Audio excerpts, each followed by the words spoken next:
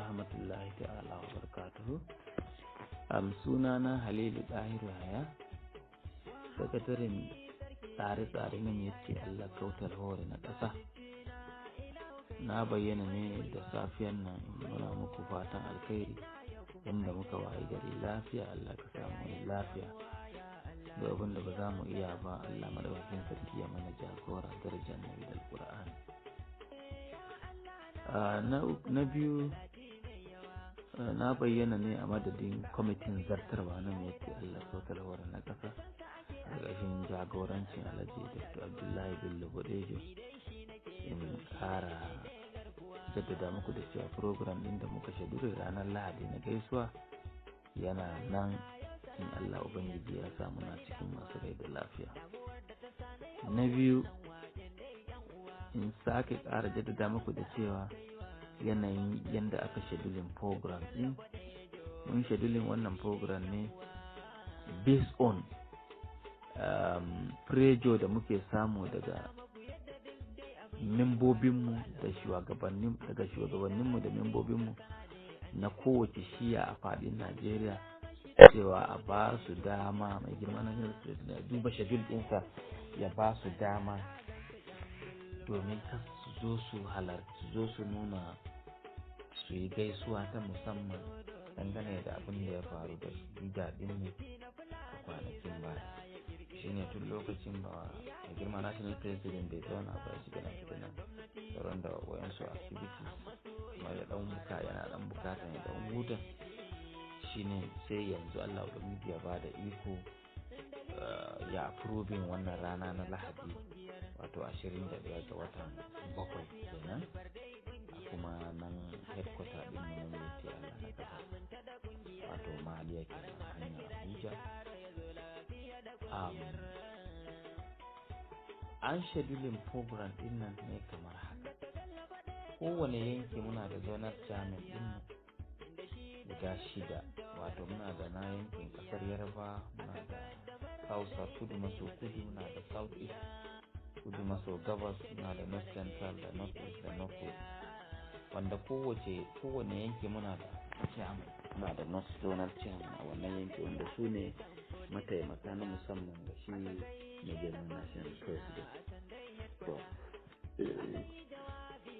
An yadda da cewa kowane yanki ya liyaisi, kowane zonal chairman ya liyaisi da chairmominsa su coordinating properly, ganin cewa an samu wakilci daga kowane yanki, wanda ba lallai ne a ce dukkan al'umma membobin ko kuma shugabanni kowa dole sai ya zo. A'a, babu wannan. An shedulin ne wanda kungiya tana bukatan representation ne. In aka samu wakilci na kowane bangare, ina da babu wata illa wanda za a ce ko wannan gefe sun ji ko ba su zo ba. To duk yanda Allah ubangiji ya ba su dama, inda suke da iko da dama da halin zuwa, ana ba da wannan umarni, ana ba da izini ga official na zone da official na state, wanda ba lalle duka ba, a samu principal officer da wayansu ardodi wanda da ya committed, su ne aka ba su umarni su taho wannan gaisuwa ta musamman. Za mu gana mai girman national president zai gana da ku ne a ranar Lahadi. Ranar Lahadi za mu fara misalin karfe 10. Allah ubangiji ya samu na cikin masu rai, saboda wanda suka taho daga nesa za su sauka da gajiya. Karfe 10 at least kowa yana national headquarter, inda za a gana da ku zone by zone. In hakan ta samu, idan kuma da samu ba, zai gana da ku a wuri da tun da representation ne, sai addressing ɗinku bayan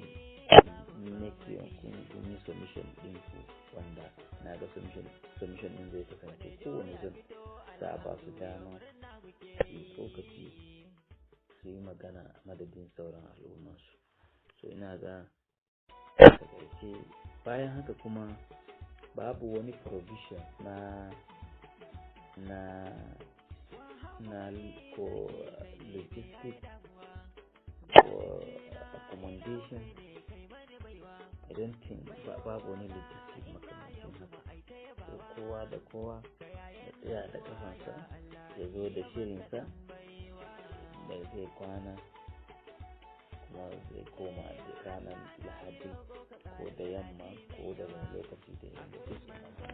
To Malam Halilu, wani ƙarin haske za ka yi dangane da wato sanarwar da take yawo a social media wanda aka ce National wato yana gayyatar dukkanin Fulanin duniya domin su zo a shirya dina a nan shelkwatan ƙungiya domin taya sa murnan fitowa. Ina godiya kwarai da gaske da wannan tambayar da kai na. A can baya akwai cikin membobin kwamitin zartarwa wanda aka dan samu kuskure na ba da wannan sanarwa cewa za a zo ana gayyatar duk membobinmu na duniya gaba ɗaya su zo za a yi dina da sauransu. Babu wani arrangement makamancin haka daga kwamitin zartarwa. Babu wani arrangement makamancin haka.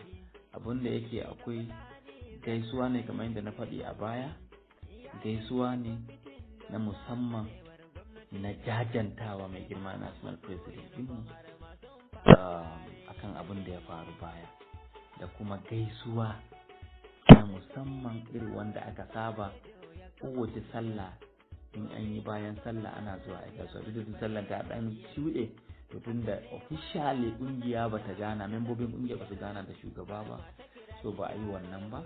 So shine wannan bayan haka akwai kila ɗaya abubuwan wanda za a discussing a activities na ƙungiya da sauransu wanda za a sake dubawa a kan shi. So ina ga wannan su ne abubuwan wanda za a yi.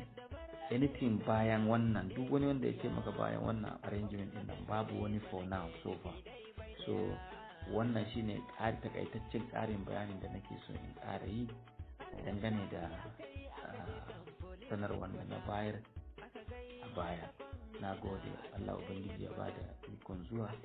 Official ne kamar yadda na faɗi, official wakilci kenan, shine wakilci na ƙungiya. Kowane yanki za a samu wakilci na musamman su zo su gabatar da wannan gaskiya. Idan ba ku a cikin wakilcin da za ku wakilci membobinku, to kada a yi tururuwa a zo daga at the end of the day ba ku samu ganin national president ba, a zo ana haushi. Don Allah, wannan shine ƙarin bayanin da nake so in yi ta sauran ƙungiyoyi, domin ba membobin Miyetti Allah ne kaɗai suke firgarajin ɗinmu a kan suna da su zo su ga Mr. President ba. Akwai sauran ƙungiyoyi wanda muke ma'amala da su, wanda suke hudda da su, wanda suke biyayya da Miyetti Allah kautar hore. So wannan shine takaitaccen ƙarin bayanin da nake so in yi akan sanarwar da na bayar a baya. Assalamu, Allah Ubangiji ya baka da ikon halarta, amin. Wanda suke kusa da wanda suke nesa, Allah Ubangiji ya kawo kowa lafiya, kuma ya sa a tattauna alkhairi, kuma ya mai da kowa gidansa lafiya. Daraja annabi da Qur'ani. Allah ya kare national president ɗinmu, ya kare Miyetti Allah kautal hore, ya kare ƙasanmu da sauran dukkan al'ummarmu. Jawo hankalin membobinmu da na ƙasa da na majihohi gaba ɗaya akan abubuwan da suke faruwa generally, ko abubuwan da suka faru generally. Da farko ina so in musu godiya ta musamman da bin doka da oda, wanda duk tsawon lokacin da mai gida ya yi tare da hukuma ba mu ji komi ba dangane da tayar da hankali ko tada zaune tsaye ko wata zanga-zanga ko dai wani abu wanda ya saba wa doka. Domin ita me yake Allah kautar hore shugabanta shi Alhaji Abdullahi Bello a kowane lokaci mutum ne wanda yake jawo hankalin al'umma a bi doka da oda, a yi biyayya ga gwamnati a faɗin duniya gaba ɗaya. Assalamu alaikum. Sai ku bari yin damuwa, ba dai na nan lafiya.